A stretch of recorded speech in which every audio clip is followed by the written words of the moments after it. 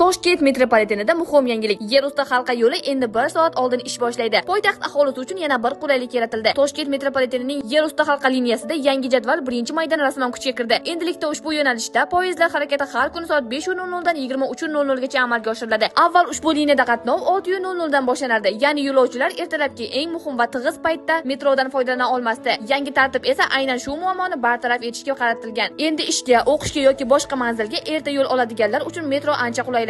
Ushbu o'zgarishdan asosiy maqsad yo'lovchilarga xizmat ko'rsatish sifatini oshirish, ertalabki yuklamani kamaytirish va transport tizimida yanada samarali harakatni ta'minlashdir. Shuni ham ta'kidlash joizki, Toshkent metropolitenining boshqa liniyalari, Chilonzor, O'zbekiston va Yunusobod yo'nalishlarida poyezdlar harakati o'zgarishsiz qolmoqda va ular har kuni 5:00 dan 00:00 gacha faoliyat yuritadi. Sizningcha bu yangilik ertalabki tirbandlikni kamaytiradimi yoki hali ham muammolar saqlanib qoladimi? Fikrlaringizni izohlarda yozib qoldiring. Poytaxtdagi eng dolzarb voqealar va muhokamalarga sabab bo'layotgan yangiliklarni Toshkentliklar 24 kanalida kuzatib boring.